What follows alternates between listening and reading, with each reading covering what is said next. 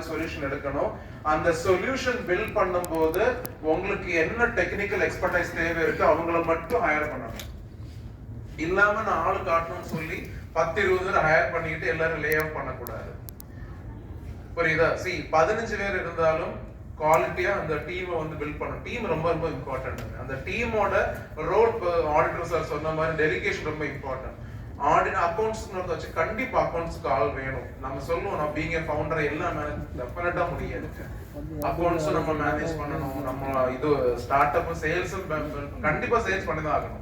Start up ஃபவுண்டரா இருக்கிறாலும் sales பண்ணி தான் ஆகணும் ஆப்ஷன் இல்லை. ஏன்னா நம்ம பில்ட் பண்ணக்கூடிய ப்ராடக்ட் சர்வீஸ் நமக்கு தான் நல்லா தெரியுமே தவிர இன்னொருத்தனுக்கு தெரியாது.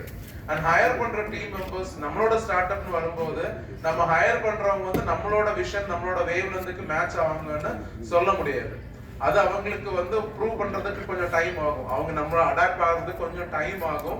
அதுக்குள்ள 30% ஒன்லி ஸ்டார்ட் அப் க்ளோஸ் ஆயிரும், இல்ல அவன் நம்ம வேலை விட்டு போயிடுவான். இந்த ரெண்டுல ஒன்று நடக்கும். இதெல்லாம் நம்ம தெரிஞ்சுக்கணும்.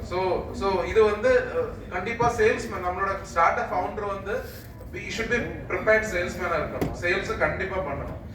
ஆனா அக்கௌண்ட்ஸ் வந்து அதுக்கு நல்ல இன்னொரு ஆள் இருக்கிறது வந்து ஸ்ட்ராங்லி அட்வைசபிள்.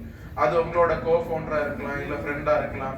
இந்த ஃபவுண்டர் நான் இன்னொரு விஷயம் இம்பார்ட்டன்ட் சொன்னேன். எப்பவுமே ஒரு ஃபவுண்டர் கோ ஃபவுண்டர் சினர்ஜி கண்டிப்பா இருக்கணும். உங்க ஸ்டார்ட் அப் வந்து ஒரு ஒன் மேனா ரன் பண்ணலாம்.